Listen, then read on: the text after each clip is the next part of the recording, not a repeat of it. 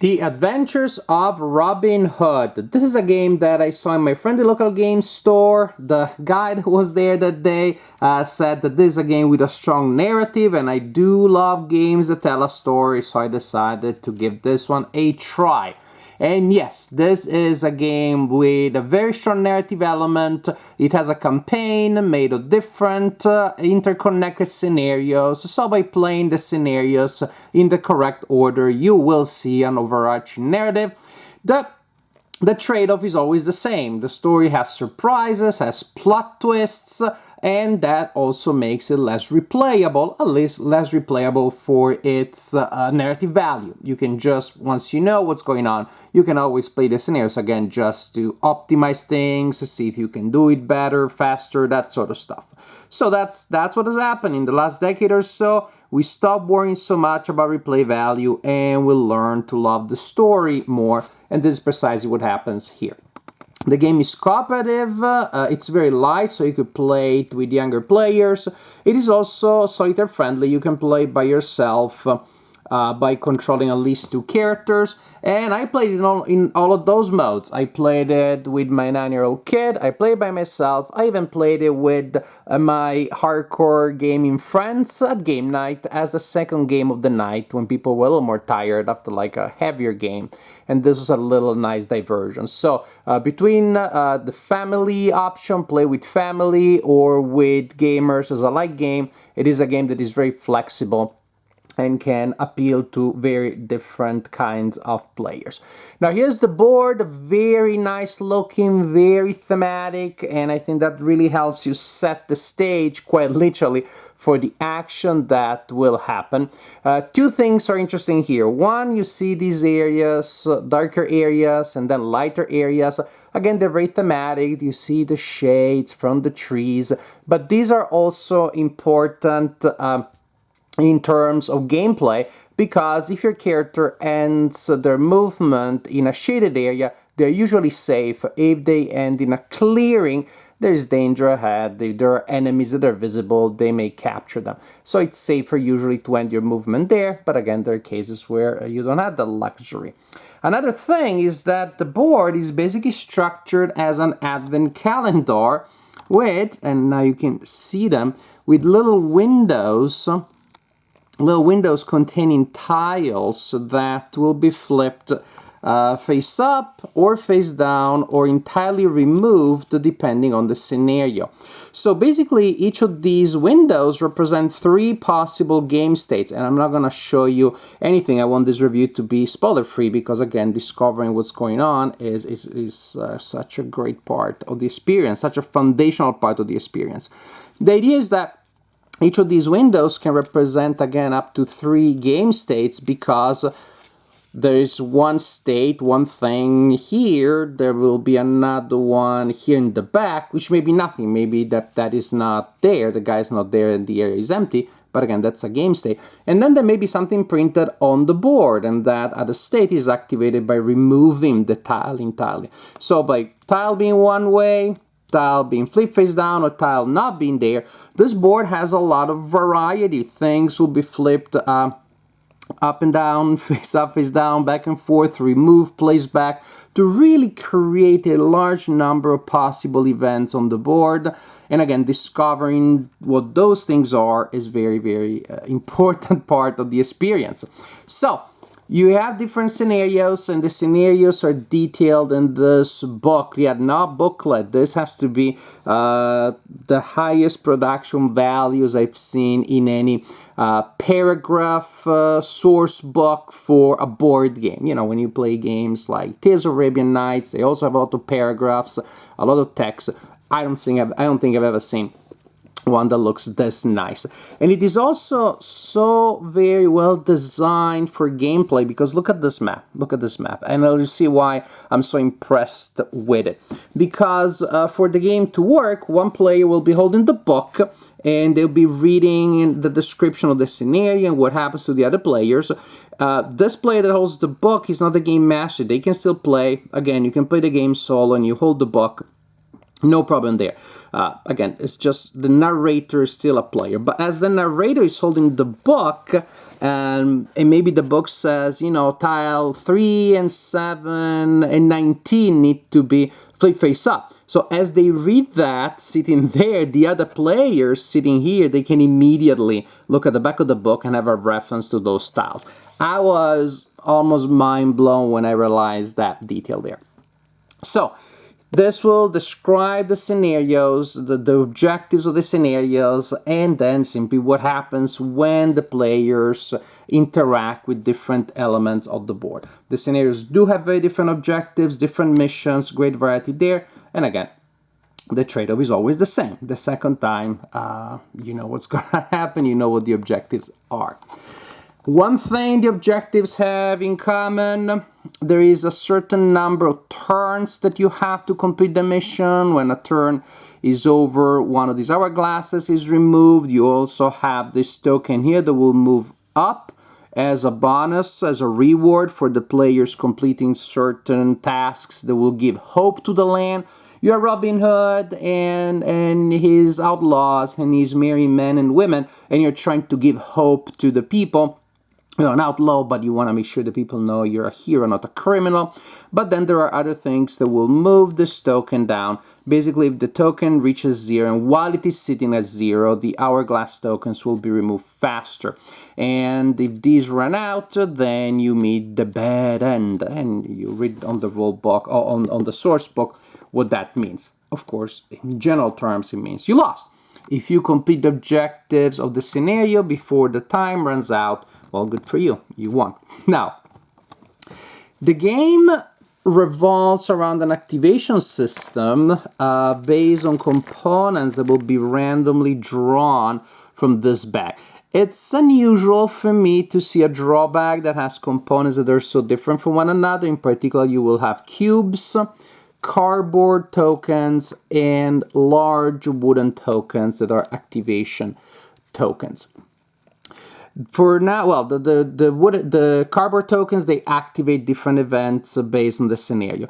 The core idea is the activation tokens here. So when you need to see who goes next, you'll draw one of these tokens. Each hero will have one. So Robin has the green one, Maid Marian has the yellow one, for example, and then there are the tokens that may represent activation, so the enemies, extra activations, different things, but the large wooden discs are to activate. So when a player's character activates, well, first you locate them on the board, and that's our merry friend Robin right there. The character can move and then interact with the space on the board. To move, the character will use these movement templates. Each character has 3. 2 are regular ones and 1 is a long and special one. When you move, you simply place the movement templates next to where your character currently is, and then you place your character on the other side of the movement template and clean the area, and that's a Robin move using only 2 of these templates. If you only use the 2 short templates, you take a white cube and you dump it in the bag. You're preserving energy and basically preparing for combat. Having white cubes in the bag will help you in combat, as you will see soon. However, sometimes you just need to go faster, and so you decide that you also want to use the long template, and you don't have to move all the way. You could just choose to go a little shorter than what your movement templates would technically allow you to, so that would be a way of doing it. There you go. For example, and this time Robin used all 3 movement templates, and so Robin doesn't get to place a white cube in the drawback. After you move, your character can interact with the board in 1 or 2 ways. You can interact with the tile that has a question mark, so right now Robin will be able to talk to the person there, in which case you refer to the source book, and the person holding the book will go to the corresponding page.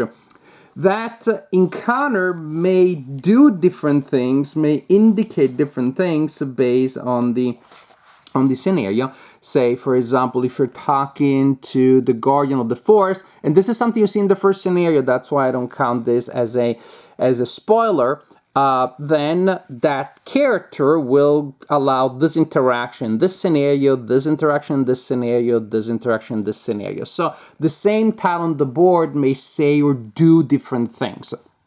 It may also be that after you move, instead of interacting with the tile with a question mark, you're next to an enemy, you're touching an enemy, and I'm not gonna show you any of those, surprise, surprise. But the idea is still that suppose there was an enemy somewhere there and Robin is touching the enemy, then Robin can choose after moving to fight instead of talking or examining. To fight, you draw cubes. Remember those cubes, the wooden cubes that we mentioned? There are purple cubes and white cubes in the bag. Purple cubes are bad, white cubes are good. That's simple. Meaning, you start drawing cubes blindly and you draw up to 3. So you keep drawing until either you draw a white cube, in which case you stop drawing, or you don't, in which case you drew 3 purple cubes. So you can draw up to 3 cubes, you're trying to draw a white cube, and when you draw a white cube, you stop drawing. If you drew at least a white cube, you win the fight, and that's good. Otherwise, you fail, and different game effects will be based on that. So, very interesting things here, because if the first cube that I draw is white, hooray, I win the fight. But every cube that you draw when you're fighting is removed from the bag and placed back into the pool. So I just won a fight very easily, but now my bag is a little worse than it was before because there's 1 fewer cubes and the same number of purple cubes. If I drew a purple, then I keep drawing, I drew a white, these are removed. So ideally, you're always hoping to draw 2 purple cubes and this one last. This way, I won the combat, and I even improved the condition of my bag slightly relative to the ratio between purple and white. And so there really is, it's such a simple mechanic, but there really are interesting elements there, and there's a sense of tension, like, come on now. Now I need the white cube, now be the time. And sometimes you win, sometimes you lose. But that's why, again, it's important, if you can, to try to move only using your standard movement template so that then you can add that white cube in there. And again, there are trade-offs there sometimes. Not use the lawn template. It means I have to end my movement in a clearing, which may be a little more dangerous, and so on and so forth. This is the general idea. In essence, it is as simple as draw stuff from the bag, activate your heroes when it is the right time. When a disc activating the enemies is drawn, then you do what the scenario says. And when you activate a hero moves, and then possibly interacts with spaces on the board, possibly fights, and you continue like this until you complete the objectives of the scenario, or you don't, in which case you lose the game. I like this game quite a bit, and I think it is really successful. It really achieves what it sets up to do. Because if the idea here is to have a narrative experience, a story-driven adventure where the different elements of the story, the different elements of the experience come together, then it is really successful. Actually, I'm really impressed by the way this game integrates very different elements, very different mechanics, and that is not obvious. I mean, just recently I played the game Batman Everybody Lies, and if you watch that video, I complain how the game has auto text, and it feels like the game elements don't really feel necessary. It almost feels like a game book, and they added those other things so that it could be perceived as a board game. But this one does feel like a board game where the paragraph elements, the textual elements, but then the movements on the board, the set collection, the stuff that you put in the bag, everything comes together nicely. So it's not easy. It's not easy to have a multimedia experience. where they're just all the elements are just tied so well together. Moving on the board, drawing things on the back, reading paragraphs from the booklet, they all feel like they really are different facets of the same experience, the same narrative, and to me that is done so very well. I'm also impressed by the way different mechanics have been combined together in some ways that I just have never seen, such as moving using template movements, which is something fairly common in war games, especially in miniature war games, Wings of War, where you're using templates of this kind. But you don't often see that. I've never seen that done in a narrative game about individuals going through different scenarios. Usually you move a certain number of spaces. And so that's remarkable because actually it does make the game feel more immersive, because then the board is like a large illustration. You're really working on what seems to be like a poster or a large illustration from a book. And I really like how you have to read the map narratively. Again, it's not just about counting spaces, but you have to read it truly as if you were there. You're really wondering what the story implications are, because sometimes the scenarios will not tell you go to space 74 and do a certain things. Rather, you need to use a certain object. You need to find a certain object, and now you're looking at the map almost like when you're playing Micro Macro Crime City, or City of Crime. I can never remember the title of that one, which is also another game that I like very much. Or find a way to achieve a certain thing, and again, you're looking at the map, figuring out, well, does that element, would that help us? If we go and talk to the person, or if we go in that location, pick up that item, do this and that. You have to look at the map truly as an illustration for an actual story. Really impressed there. And then when it comes to the hard game elements, which is I want to maximize the number of white cubes, I want to minimize the number of purple cubes, knowing that these discs have been drawn, I make decisions based on what I know is still in the bag. Even when it comes to those, again, rigid game elements, they work very well. They flow smoothly. They present you with interesting decisions, properly gamic, properly ludic decisions. They work very well. Don't feel overwhelming. You can play with kids and they're very satisfying. Again, it's still satisfying to manipulate those game elements. So I'm just vastly impressed with this design, because again, it's hard to find a game that combines the game elements and the story elements in a way that feels organic, and this one does it. You'll be counting templates and counting cubes in a properly Eurogamey fashion, and that doesn't go against the story elements. You'll be looking at the story elements and thinking about what the character is trying to achieve in a proper narrative element, and that doesn't go against counting cubes and counting discs. Something that, again, is not often achieved, but it works here. So I'm very impressed with the Adventures of Robin Hood. It certainly doesn't hurt that the game can be played with pretty much anybody, because again, it's light, so maybe it won't be the centerpiece of your hardcore game night, but as a lighter diversion, I played it with other committed adult gamers and they enjoyed it. I played it with kids and I enjoyed it. And I just enjoyed keeping on the table when no one was around and playing it solo. So that flexibility of the constituents that you can get excited about the game, that's remarkable. So on top of that, the production looks great, the components look great.